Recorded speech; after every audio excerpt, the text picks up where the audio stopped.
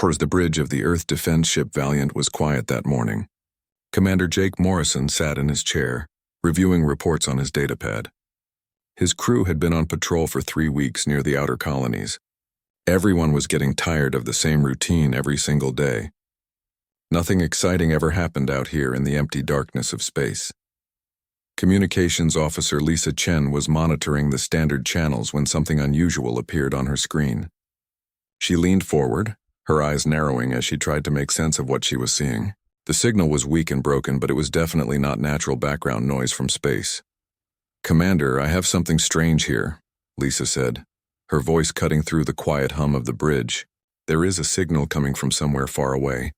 It keeps breaking up, but I think it might be a distress call." Jake stood up from his chair and walked over to her station. He looked at the screen, seeing the strange patterns of the signal. "Can you make it clearer? I need to know what we are dealing with here." Lisa worked on her controls, adjusting frequencies and boosting the signal strength. Slowly, the broken transmission became clearer. A universal distress beacon started flashing on the screen. This was the kind of signal that any spacefaring species would recognize as a call for help. Then, a holographic image appeared above the main console. It showed a creature that looked like a large reptile. The being had shimmering scales that changed colors in the light. It had 4 eyes instead of 2, and its face showed clear signs of fear and desperation. "This is Ambassador Krelth of the Viridian Collective." The computer translated the alien words into English. "We are under attack by the Krathok swarm. They have already destroyed 3 of our colony worlds. We tried to talk with them, but they will not listen. We are a peaceful people. We have no military forces to defend ourselves. Please, whoever hears this message, we need your help. Our homeworld coordinates are included in this transmission. Time is running out for us." The message played again and again, but each time it became a little weaker. Jake felt his jaw tighten as he listened. The Viridians were one of the few alien species that humans had met during their 50 years of exploring space.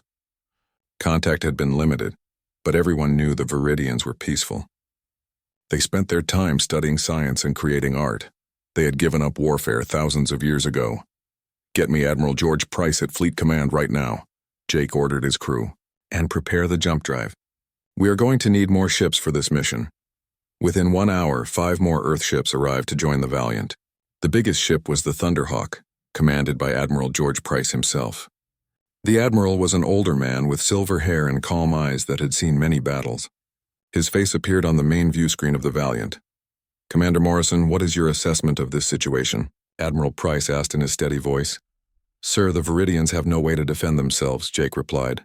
"From what we know about the Krathok, they are a hive mind species. They consume everything in their path like locusts. If they are attacking the Viridians now, they will not stop there. Our human colonies could be next on their list." Admiral Price nodded slowly, thinking about the implications. "I agree with your analysis.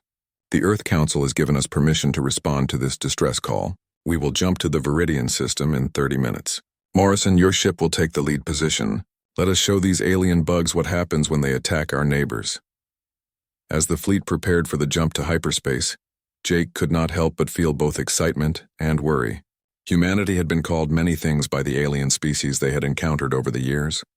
Other aliens said humans were aggressive, reckless, and stubborn.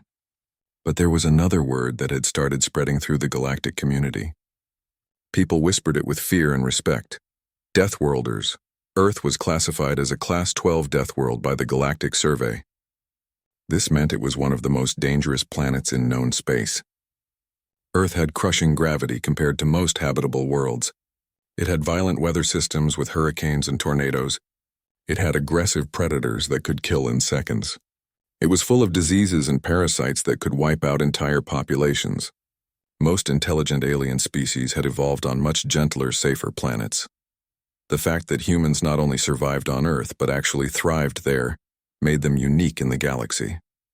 Humans were physically tougher than most aliens. They could adapt to almost any environment. They could eat foods that would poison other species. They healed faster from injuries. And most importantly, they were far more willing to fight and use violence than any other spacefaring race. The other species in the galaxy were peaceful because their worlds had been peaceful. They had never needed to become warriors, but humans had spent their entire evolutionary history fighting. Fighting against nature, fighting against predators, fighting against disease, and fighting against each other. War was written into human DNA in a way that other species could not understand. Jake looked around at his crew. They were all working efficiently, preparing the ship for combat. These men and women had trained for years to be here. They knew how to fight, how to kill, and how to survive in situations that would break other species. And now, for the first time in human history, they were going to use those skills to help someone else. All stations report ready. Commander, reported Lieutenant Ben Carter from the tactical station. Good, Jake said. Helm, prepare to follow the Admiral's ship into hyperspace. Everyone else, stay sharp. We have no idea what we are jumping into. The Krathok might have a massive fleet waiting for us. Be ready for anything. The ship's engines powered up with a deep hum that Jake could feel through the deck plates. The view screen showed the other 5 human ships taking their positions in formation. The Thunderhawk sat in the center, with the smaller cruisers and destroyers arranged around it in a defensive pattern. Jump in 10 seconds, announced the helm officer. 987. Jake gripped the arms of his command chair. In a few moments, they would either save an entire alien civilization, or they would die trying. Either way, the galaxy was about to learn what happened when you threatened the neighbors of a Deathworld species. 3, 2, 1, jump. The stars outside the view screen stretched into lines of light, and the Valiant leaped into hyperspace. They were going to war. The human fleet emerged from hyperspace at the edge of the Viridian home system, and the sight that greeted them was one of pure destruction. Commander Jake Morrison stared at the main view screen in shock. 3 massive space stations that had once orbited the outer planets were now nothing but twisted metal and debris. Atmosphere and frozen liquids vented into space from the broken hulls, creating clouds of ice crystals that sparkled in the light of the distant sun. Smaller defense platforms were still operational, firing desperately at swarms of enemy fighters. The Krathok ships looked like giant insects with segmented bodies and multiple wings. They moved together in perfect coordination, like a school of fish or a flock of birds. It was unnatural and disturbing to watch. Give me a tactical analysis right now, Jake commanded his weapons officer. Lieutenant Ben Carter worked quickly at his console, his fingers flying over the controls. Sir, I count 16 Krathok cruisers and over 200 fighter craft. They have completely surrounded the 4th planet in this system. That is the Viridian homeworld. Estimates show that 70% of their orbital infrastructure has already been destroyed. What about the Viridian fleet? Jake asked. Where are their ships? What is left of their fleet is retreating to the far side of the planet, Ben reported. It looks like mostly civilian transport ships trying to evacuate people from the surface. They have almost no combat vessels at all. Admiral Price's voice came over the communication channel, clear and strong. All ships move into battle formation Delta. We are going to cut straight through their lines and establish a defensive perimeter around that planet. Morrison, take your escort ships and hit their right flank. Draw them away from those civilian transports. Understood, Admiral. Valiant out. Jake turned to his crew, his voice calm despite the chaos around them. You all heard the Admiral. Helm, take us in at full speed. Weapons, I want a full spread of railgun fire on the nearest cruiser. Let us show these bugs what human weapons can do. The Valiant surged forward, accelerating rapidly. Her 2 sister ships, smaller destroyers named the Ranger and the Striker, followed close behind in tight formation. The Krathok seemed to notice the new arrivals and hesitated for just a moment, as if confused by the sudden appearance of unknown ships. That moment of hesitation was all the humans needed. Humanity had learned hard lessons from centuries of warfare on Earth. While other alien races had developed elegant energy weapons and protective force fields, humans had perfected the art of kinetic weapons. The Valiant's railguns used powerful electromagnets to accelerate solid metal slugs to incredible speeds. These depleted uranium projectiles traveled at a significant fraction of the speed of light. When the first volley of railgun fire struck the nearest Krathok cruiser, the results were devastating. The massive rounds punched completely through the alien ship's hull like bullets through paper. The kinetic energy was so great that everything inside the ship was instantly liquefied. Secondary explosions rippled through the cruiser as its power systems overloaded. Within seconds, the massive vessel was nothing but expanding debris. Direct hit. Target completely destroyed, Ben shouted from his station, unable to hide his excitement. But the Krathok adapted quickly to the new threat. The entire swarm of fighters wheeled in space and began heading straight toward the human ships. They moved in perfect unison, executing attack patterns that no individual pilot could match. The Krathok were a hive mind, meaning all their ships were controlled by a single massive intelligence. They did not need to communicate or coordinate. They simply knew what to do. The bridge of the Valiant shuddered violently as enemy weapons fire raked across their defensive shields. Warning lights flashed on multiple consoles as the ship's systems strained under the assault. Shields holding at 70%, reported Chief Engineer Danny White from the engineering deck below. "These bugs hit hard, Commander, but this ship can take it. We were built tough." Jake watched the tactical display intently, his mind racing through possible strategies. The Krathok fought with perfect coordination, but that also meant they were predictable in some ways. Each ship was part of a larger whole, controlled by central command nodes. If those nodes could be destroyed, the rest of the swarm would lose its coordination. "Ben, target the largest cruiser in their formation," Jake ordered. "I am betting that ship is a command node for their hive mind." "Aye, sir, locking missiles now," Ben replied, working his controls. Firing full spread. A dozen missiles launched from the Valiant's tubes, their rocket motors burning bright in the darkness of space. Each missile carried a nuclear warhead, banned for use on planetary surfaces but devastating in space combat. The Krathok tried desperately to shoot down the incoming missiles, but the weapon's advanced guidance systems made them nearly impossible to intercept. 5 thermonuclear warheads detonated against the hull of the target cruiser within milliseconds of each other.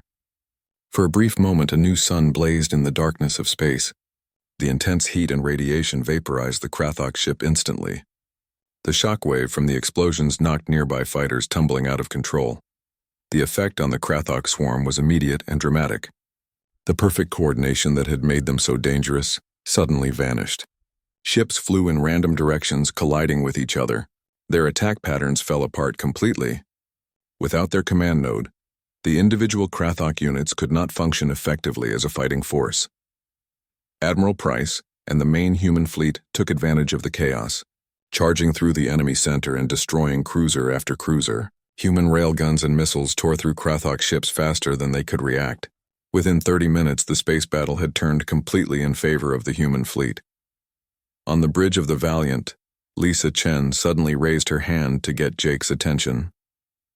"Commander, incoming transmission from the planet's surface." "It is Ambassador Krelth, the Viridian who sent the original distress call." The hologram of the reptilian alien appeared again above the communications console. Ambassador Krelth looked exhausted. His scales had lost some of their shimmer, but his 4 eyes showed hope for the first time since the invasion began. "Human ships, your intervention has given us precious time," Krelth said, his translated words filled with emotion. "The space battle goes well thanks to your help. But the Krathok have already landed ground forces on our southern continent. Thousands of our people are trapped there with no way to defend themselves. The ground forces are hunting them." Jake exchanged meaningful looks with his senior officers. The Valiant carried a full company of Earth Marines, 200 of humanity's finest soldiers. They were equipped with powered armor suits and enough weapons to level a small city, but they had never been deployed against an alien ground force before. This would be completely new territory. "Tell the ambassador that we are sending help immediately," Jake said quietly but firmly. "Lisa, get me Captain Amy Hayes down in the Marine Bay. Tell her to prepare for ground deployment." Within minutes, the Marine dropships were being prepped in the Valiant's hangar bay. Jake watched the preparations on his monitor, feeling the weight of command on his shoulders. He was about to send his people into combat on an alien world against an unknown enemy, but he also knew that if they did not act, thousands of innocent Viridians would die. "Dropships ready for launch, Commander," reported the flight deck officer. "Launch when ready," Jake ordered, "and may God watch over them all." The Marine dropships fell through the Viridian atmosphere like meteors, their heat shields glowing bright orange from the friction. Inside the lead craft, Captain Amy Hayes ran one final check on her powered armor systems. Everything showed green on her helmet display. Around her, 50 Marines did the same, their faces hidden behind the dark visors of their tactical helmets. Amy had been a Marine for 12 years. She had trained for every possible combat scenario that Earth could throw at her. Desert warfare, jungle combat, urban fighting, even underwater operations. But this was different. This was the first time human Marines would fight an actual alien ground force. The thought should have been terrifying, but Amy felt only calm focus. "Listen up, Marines," Amy's voice carried over the squad communication channel. "We are dropping into Grid 7 to evacuate Viridian civilians from the combat zone. Intelligence reports say the Krathok ground forces are biomechanical constructs. They are tough but not invincible. Use your armor-piercing rounds and aim for the joints where their armor is weakest. Watch your sectors and watch each other's backs. We have trained our entire lives for this moment. Now let us show these bugs why nobody messes with a Deathworld species." A chorus of "Aura" came back over the comm from her Marines. These men and women were ready. They had been forged in the toughest training program humanity could devise. They had survived simulations that had broken weaker candidates. They were the best Earth had to offer. The dropship shuddered violently as it hit the thickest part of the atmosphere. Then the ride smoothed out as Pilot Lieutenant Sam Foster guided the craft expertly toward the landing zone. Through the small viewports, Amy could see a Viridian city below. The buildings were made of some kind of crystalline material that caught the light beautifully. Even in the middle of an invasion, the alien architecture was stunning. But thick black smoke rose from several districts of the city. Amy could see Krathok forces moving through the streets below, hunting the fleeing civilians. The Viridians themselves were running in panic, their slender bodies no match for the armored monsters chasing them. It was like watching wolves hunt sheep. 30 seconds to touchdown, Sam announced from the cockpit. "Landing zone is hot. I see enemy forces moving toward our position." Amy felt her heart rate increase slightly as adrenaline began flowing through her system. This was the feeling every Marine knew well, the mixture of fear and excitement that came right before combat. She took a deep breath and focused her mind. "First and second squads deploy with me. Third and fourth squads secure the landing zone perimeter. Standard dispersal pattern. Move fast and hit hard." The dropship's rear ramp slammed down with a hydraulic hiss and the Marines poured out into the alien city. Amy's boots hit the ground running, her armor's servos amplifying her natural strength and speed. Her tactical display immediately lit up with threat markers and civilian locations. A group of about 40 Viridian families were huddled together in a large plaza 300 meters ahead, completely surrounded by approaching Krathok warriors. "First squad. On me. Fast assault pattern. Double time." The Marines moved with practiced efficiency, their powered armor allowing them to cross the distance in less than 30 seconds. They bounded over obstacles and crashed through decorative barriers that would have stopped normal soldiers. The Krathok turned toward them as they approached, their mandibles clicking together in what might have been communication or simply threat displays. Amy got her first clear look at the enemy up close, and they were even more nightmarish than the intelligence briefings had suggested. Each Krathok warrior stood about 3 meters tall on 6 powerful legs. Their bodies were a disturbing fusion of organic insect parts and mechanical components. Weapon ports studded their carapaces and their eyes glowed with an unnatural green light. They looked like something from humanity's worst nightmares made real. Open fire. The narrow street erupted into chaos and violence. Marine rifles barked rapidly, sending high-velocity armor-piercing rounds downrange. The Krathok returned fire with bioplasma weapons that left scorched craters in the pavement where they hit, but the humans had superior tactics and better use of terrain. They used the Viridian buildings for cover, advancing in coordinated teams and firing in controlled bursts that conserved ammunition. Sergeant Chris Palmer moved up beside Amy, his heavy squad automatic weapon spitting a continuous stream of fire. "These things are really tough. My rounds are just bouncing off their main carapace." "Aim for the leg joints like I said," Amy shouted back over the noise of combat. She demonstrated by targeting a Krathok warrior's front legs. Her rounds chewed through the thinner armor at the joints and the creature collapsed as its limbs were severed. Green fluid that might have been blood sprayed across the ground. "They are strong, but their design is rigid. Use that weakness against them." The other Marines adjusted their aim and more Krathok began falling. The battle was intense but relatively brief. The aliens were powerful and had good weapons, but they seemed to lack tactical flexibility. They charged straight at the Marines in simple patterns, making themselves easy targets. Within 10 minutes of first contact, a dozen Krathok warriors lay dead or disabled in the street, their biomechanical bodies leaking strange fluids. The Viridian civilians stared at the human Marines with expressions that Amy's translator software identified as awe mixed with fear. They had never seen anything like these armored warriors before. To them, humans must have looked almost as alien and frightening as the Krathok. Ambassador Krelth himself stepped forward from the group of refugees. Amy recognized him from the distress call transmission. "You actually came," he said, his 4 eyes blinking in what might have been the Viridian equivalent of tears. "We sent our message hoping someone would hear, but we did not truly believe anyone would answer. And you fought those monsters so easily." Amy removed her helmet, revealing her face. She knew it was important for the Viridians to see that there was a real person inside the armor. Her scarred face and kind brown eyes seemed to put them slightly more at ease. "That is what good neighbors do, Ambassador. We help each other when times get hard. Now let us get your people to safety. We have established an evacuation point 2 kilometers from here. Can everyone walk?" "Yes, we can manage," Krelth replied. "But there are many more groups trapped throughout the city.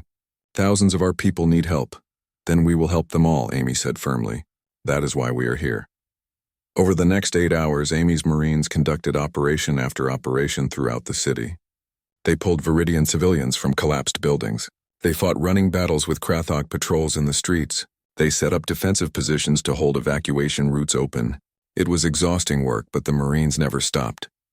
They learned quickly that while the Krathok were dangerous individually, they had significant weaknesses in their tactics.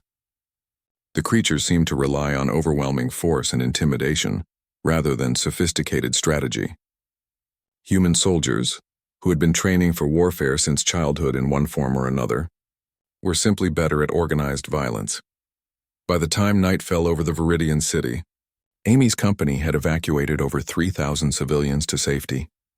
They had destroyed or disabled nearly 100 Krathok warriors, and most importantly, they had not lost a single Marine to enemy action. A few had minor injuries from near misses or debris, but the powered armor had protected them well. Amy stood on a rooftop overlooking the city as the sun set, watching dropships ferry more refugees to orbit. Sergeant Palmer came to stand beside her, his helmet under one arm. "That was good work today, Captain," he said quietly. Amy nodded, too tired to smile. "It was, but there are still more cities under attack. More people who need help. This is just the beginning." "Good thing we are Deathworlders, then," Palmer replied with a slight grin. "Nobody does this kind of work better than us." Amy had to agree with that assessment. Humanity had spent thousands of years learning how to fight, how to survive, and how to protect those who could not protect themselves. Now they were finally using those hard-learned skills for something truly worthwhile. 3 days after the initial engagement with the Krathok forces, something unexpected happened. The alien invaders began withdrawing from the Viridian system. Their remaining ships broke off from combat and retreated into hyperspace, leaving behind the wreckage of their destroyed vessels but taking their surviving forces with them. Admiral George Price stood on the bridge of the Thunderhawk, watching the last Krathok cruiser disappear from his sensors. "Should we pursue them, Admiral?" asked his tactical officer, a young lieutenant who seemed eager for more combat. Price shook his head slowly, his experienced eyes still fixed on the viewscreen. "No. Our mission was to defend the Viridians, not to chase the Krathok back to their home territory. Let them run away and tell their hive mind what happened here.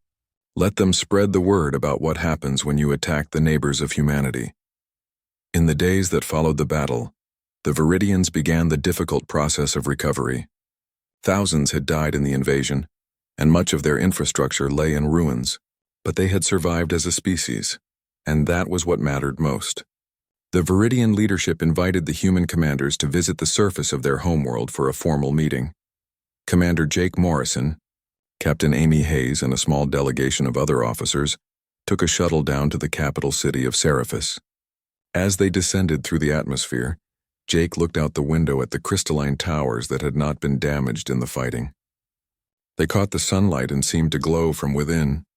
It was beautiful in a way that human architecture rarely achieved. The streets were lined with Viridian civilians as the human shuttle passed overhead. They made a gesture with their 4-fingered hands that the translation software identified as a sign of deep respect and gratitude. Children pointed up at the shuttle with wonder in their multiple eyes. Jake felt a strange emotion swelling in his chest. Pride, perhaps, or maybe just satisfaction at having done something truly good. The shuttle landed in a plaza near the center of the city. A grand hall stood before them, its walls smooth and organic-looking as if the entire structure had been grown rather than built. Ambassador Krelth waited at the entrance along with several other Viridian leaders. All of them wore ceremonial robes decorated with complex patterns. "Welcome, friends from Earth," Krelth said as the humans approached. "Please come inside.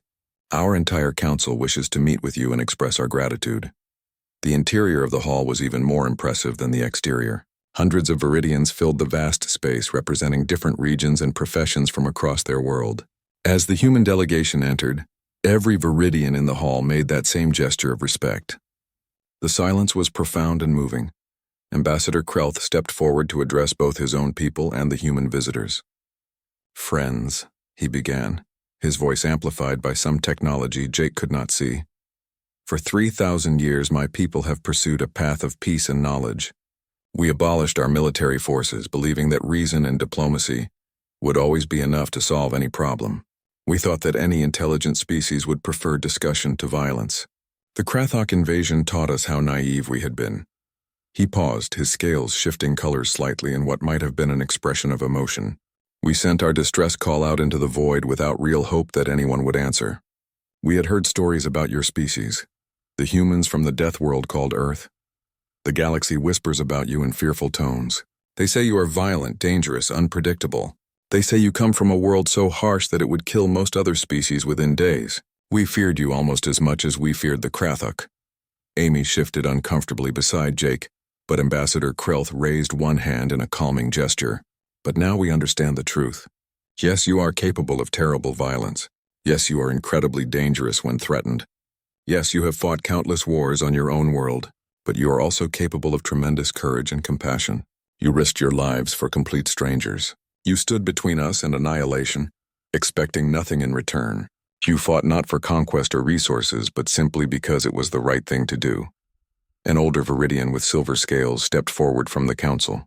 "We wish to learn from you," she said in a voice that trembled slightly with age but remained strong. "Not how to wage war for its own sake, but how to defend ourselves. How to be both peaceful and strong at the same time. Will you teach us?" Jake glanced at Amy and the other officers. This was a decision that would have major implications for both species. Finally, he stepped forward to respond. "Ambassador, honored council members, humans learned a very hard lesson over our long history. The capacity for violence and the choice to use violence are two completely different things. We are good at warfare because we had to be. Our world tried to kill us every single day of our existence. Predators hunted us. Diseases ravaged us. The weather could turn deadly without warning. We got tough because we had no other choice." He paused, choosing his words carefully. "But that same harsh environment also taught us to value life and to protect those who cannot protect themselves. We did not come here seeking glory or territory or resources. We came because you needed help and we were able to give it. That is what civilization should mean. Not just advancing technology or creating beautiful art, but taking care of each other." Amy spoke up as well, her voice carrying the authority of someone who had led troops in combat. "Defense is not just about having weapons and ships. It is about mindset. It is about deciding what you are willing to stand for and what you are willing to fight for. We can help you build a proper defense force, but you need to understand that it will change your society. Once you have the ability to defend yourselves, you also have the ability to harm others. That responsibility is heavy." The Viridian Council members talked among themselves for several minutes in their own language. Finally, Ambassador Krelth turned back to the humans. "We understand the burden you describe, but we have learned that total pacifism without the strength to resist is merely waiting to become a victim. We would be honored if you would help us find the balance between our peaceful nature and the need for defense." Over the following weeks and months, human advisors and trainers worked closely with the Viridians. Marine instructors like Amy taught basic combat techniques to Viridian volunteers, modifying the methods to work with their different physiology. Human engineers collaborated with Viridian scientists to design new ships that combined the aliens' advanced technology with practical defensive capabilities. But the most important lesson that humanity shared was philosophical, rather than technical. The humans taught the Viridians that having the capacity for violence did not mean you had to use it. That strength was not about domination, but about protection. That true peace came not from weakness, but from the wisdom to know when fighting was necessary and when it was not. Jake spent a lot of time with Ambassador Krelth during this period, and the two became genuine friends despite their biological differences. One evening, they stood together on a balcony overlooking the reconstructed city, watching the sun set over the crystalline towers. "Your people are remarkable, Jake," Krelth said quietly. "You carry such capacity for destruction, yet you choose to build instead. How do you maintain that balance?" Jake thought about the question for a long moment. It is not always easy. Humans have done terrible things to each other throughout our history. We have fought wars over religion, resources, ideology, and sometimes just because we were afraid of people who looked different. But we learned from those mistakes. We learned that our strength is most meaningful when we use it to protect rather than to conquer. I hope my people can learn that lesson without having to suffer through thousands of years of warfare first, Krelth replied. "That is why we are here," Jake assured him. "So you can learn from our mistakes instead of having to make them all yourselves." 6 months had passed since the Battle of Viridian Prime, and the galaxy was starting to change in ways that nobody had anticipated. Commander Jake Morrison stood once again on the bridge of the Valiant, but this time his ship was not alone. 3 sleek Viridian defense cruisers flew in formation beside the human vessel. The alien ships were beautiful, combining the artistic sensibilities of their creators with the practical weapon systems that human engineers had helped them design. The small fleet was responding to another distress call, this time from a species called the Thalassa. They were an aquatic people, whose water world was being raided by pirates looking to steal valuable minerals from their ocean floor. It was not a full-scale invasion like what the Viridians had faced, but it was still a serious threat to a peaceful civilization.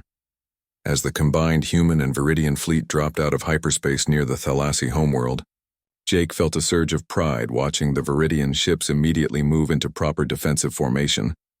6 months ago, these aliens had no military capability at all. Now they executed tactical maneuvers that would have impressed any human naval commander.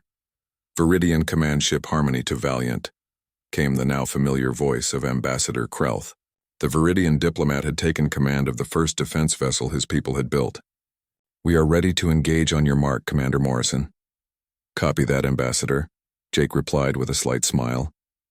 "Let us send these pirates running back to whatever hole they crawled out of." The engagement was swift and decisive. The pirates had been expecting easy prey with minimal defenses. Instead, they found themselves facing a coordinated task force of human and Viridian warships working together seamlessly. The pirates were experienced fighters, but they were criminals motivated by profit, not warriors fighting for a cause. When they realized they were outmatched and losing ships, they fled without hesitation. The Thalassa government was enormously grateful. They had sent distress calls before to various other species, but nobody had ever responded. The fact that humans and Viridians had traveled across multiple star systems just to help them was almost incomprehensible to their leadership, but more importantly, word of what had happened spread quickly through the galactic community. The humans, those legendary Deathworlders that everyone feared and respected, were not acting as conquerors or empire builders. They were protecting other species, and they were teaching those species how to protect themselves. In the months that followed, more and more civilizations reached out to humanity. Some wanted military alliances. Others wanted training for their own defense forces. A few simply wanted to establish diplomatic relations with the species that had become known as the galaxy's protectors. Admiral George Price called a meeting at Earth Fleet headquarters to discuss how humanity should respond to all these requests. The conference room was filled with senior military officers, government officials, and diplomatic advisors. The debate was heated and lengthy. Some argued that humanity should focus only on defending its own territory and interests. Others believed that Earth had a moral obligation to help any species that asked for assistance. Still others worried that humanity was taking on too much responsibility too quickly and would become overextended. Finally, Price stood and raised his hand for silence. The room quieted immediately out of respect for the Admiral's long years of service. "I have listened to all your arguments, and you all make valid points," he began. "But I keep coming back to one simple question. If we have the power to help others and we choose not to, what does that make us?" He paused, looking around the room at each person present. "We spent thousands of years on Earth fighting each other over scraps of territory and resources. We nearly destroyed ourselves multiple times with weapons of mass destruction, We committed atrocities that still shame us when we read about them in history books. But we survived all of that and learned from it. We learned that strength without compassion is just brutality. We learned that the strong have a duty to protect the weak. So here is what I propose, Price continued. We create what I am calling the Deathworld Alliance. It will not be an empire or a confederation. It will be an informal coalition of civilizations that believe in helping those who cannot help themselves. Humanity will provide military training and defense coordination, but we will insist that each species develops its own capability and maintains its own identity. We will be advisors and partners, not rulers. The proposal was debated for several more hours, but eventually a consensus emerged. The Deathworld Alliance was officially established, with humanity at its center but with equal voice given to all member species. The Viridians were the first to formally join, followed quickly by the Thalassy and several other smaller civilizations. Jake Morrison was promoted to captain and given command of the Alliance's first joint task force. His crew now included not just humans but also Viridian tactical officers and Thalassy engineers. Working with aliens on a daily basis had its challenges. Different species had different ways of thinking and different cultural norms. But Jake found that the shared purpose of protecting others helped bridge those gaps. One evening, Jake sat in his quarters aboard the Valiant, looking at a hologram that Lisa Chen had given him as a gift.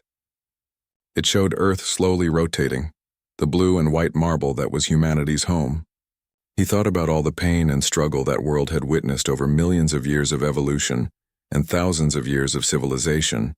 He thought about the wars and the violence, the empires that had risen and fallen, the millions who had died in countless conflicts. For most of human history, their capacity for violence had been turned inward against each other, but now, for perhaps the first time, humanity was using that strength primarily to help others rather than to harm them. There was a chime at his door. "Come in," Jake called out.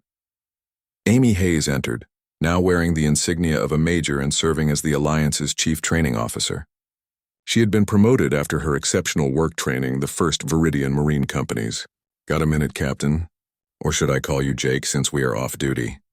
"Jake is fine, Amy. What's on your mind?" She sat down in the chair across from his desk, looking tired but satisfied. "I was just thinking about how far we have come. A year ago I was training for combat against theoretical alien threats. Now I am training actual aliens how to defend themselves. It is surreal when I stop and think about it." Jake nodded in understanding. "I know what you mean. Sometimes I wonder what our ancestors would think if they could see us now. The same species that spent centuries fighting over pieces of land on Earth, now traveling between the stars to protect aliens we barely understand." "Do you think we are doing the right thing?" Amy asked. "Some people back home think we are taking on too much responsibility. They worry we will get dragged into conflicts that are not our problem. I think," Jake said carefully, "that having the power to help and choosing not to use it is its own kind of failure. We did not ask to be Deathworlders. We did not choose to evolve on a planet that made us tougher and more capable of violence than other species. But we have those abilities, and we can either use them selfishly or we can use them to make the galaxy a better place." Amy smiled slightly. "You sound like Admiral Price. I will take that as a compliment. He is a wise man." They sat in comfortable silence for a few moments, just two soldiers sharing a quiet moment between missions. Finally, Amy stood to leave. "We have another training session with the new Thalassy recruits tomorrow. They are having trouble adapting to combat on land. Turns out when you spend your entire evolutionary history underwater, fighting in atmosphere is really difficult. Take it slow with them," Jake advised. "Remember, we are not trying to turn them into human Marines. We are helping them develop their own way of defending their people." After Amy left, Jake turned back to the hologram of Earth. That beautiful, terrible, wonderful world that had forged humanity into something unique in the galaxy, a species that knew how to fight better than anyone else, but was learning to use that knowledge in service of peace rather than conquest. Somewhere out in the vast darkness of space, another species might be in trouble right now. Another civilization might be facing threats they could not handle alone, and when their distress call echoed through the void, Jake knew the Deathworld Alliance would hear it and respond. 2 years had passed since humanity first answered the Viridian distress call, and the galaxy had transformed in ways that nobody could have predicted. The Deathworld Alliance now included 12 different species, each contributing their unique strengths while maintaining their cultural identity. But perhaps more importantly, the very nature of galactic politics was changing because of what humanity had started. Captain Jake Morrison stood on the bridge of the Valiant, which had been significantly upgraded and expanded to serve as the mobile headquarters for Alliance operations. The ship now housed a truly diverse crew. Humans worked alongside Viridians, Thalassa, and members of species that Jake had never even heard of 2 years ago.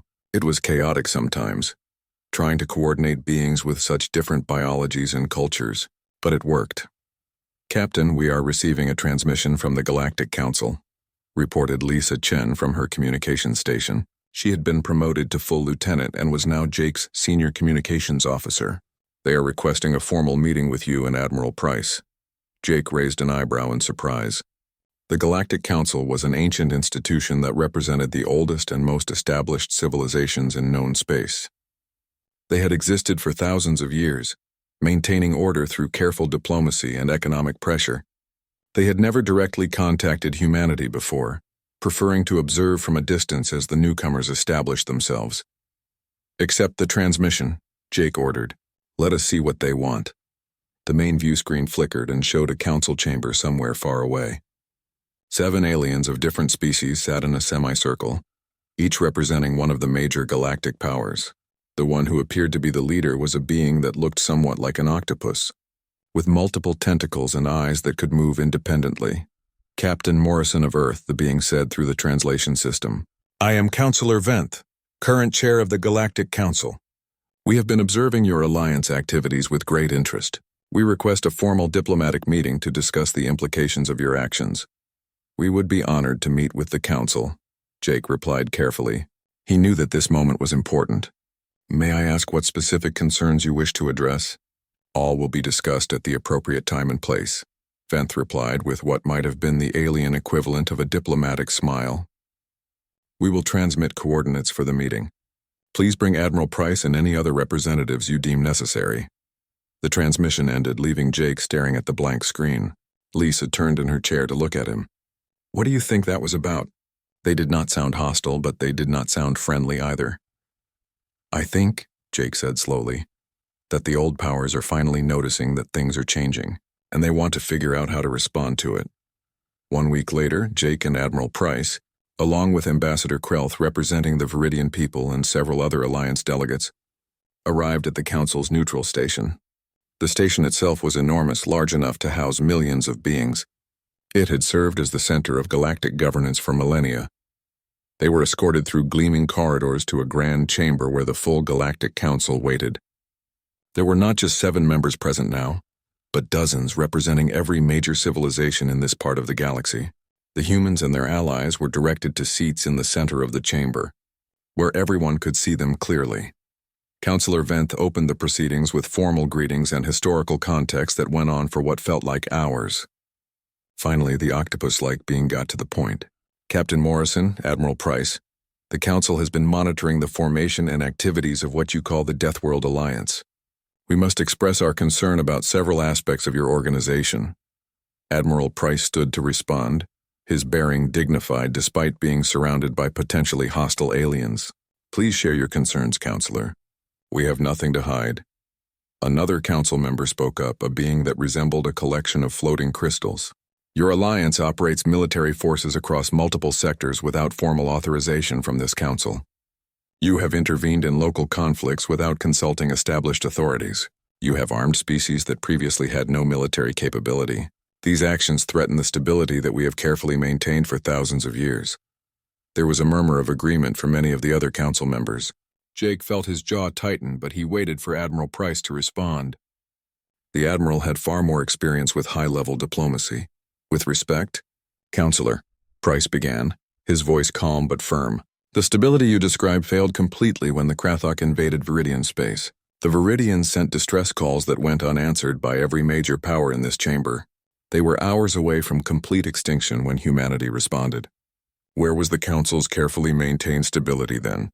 The chamber erupted in protests and counter-arguments from various council members. Venth raised several tentacles for silence. The Krathok situation was unfortunate, but isolated incidents do not justify the creation of an unauthorized military alliance. Ambassador Krelth stood up, his scales shifting to colors that indicated strong emotion. Isolated? Captain, may I speak freely? Jake nodded, and Krelth turned to address the entire council. My people suffered through an invasion that killed millions and destroyed centuries of cultural achievement. We sent 15 separate distress calls to members of this council.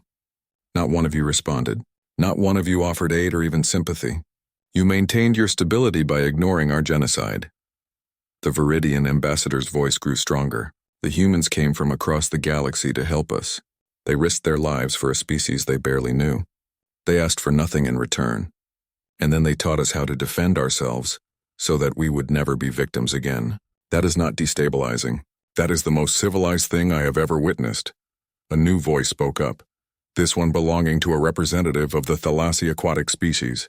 The being appeared via hologram since it could not breathe air. The council also ignored our pleas when pirates were devastating our settlements.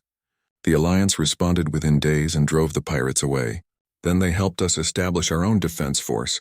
We are not weapons for humanity to control. We are independent people who have been given the tools to protect ourselves. More voices joined in, representatives from other Alliance species sharing similar stories. The common thread was clear. The Galactic Council had maintained stability by ignoring problems that affected smaller, weaker civilizations. The Deathworld Alliance had formed specifically to address that failure. Councillor Venth listened to all of this with an unreadable expression. Finally, the chamber quieted, and the octopus-like being spoke again. I see that passions are running high. Perhaps we have been unclear about our concerns. The Council does not object to humanitarian aid or mutual defense agreements. What concerns us is the centralization of military power outside our traditional frameworks. Admiral Price seized on this opening. Then perhaps the solution is to establish a formal relationship between the Council and the Alliance. We have no desire to challenge your authority or create a rival power structure. Our goal has always been simple. When someone calls for help, we answer. When someone needs protection, we provide it. If the Council can commit to doing the same, then we can work together. The debate continued for hours, but slowly, a framework emerged. The Galactic Council would officially recognize the Deathworld Alliance as a legitimate entity. In return, the Alliance would coordinate major military operations with the Council and focus primarily on humanitarian missions rather than political interventions. It was not a perfect solution, but it was a workable compromise.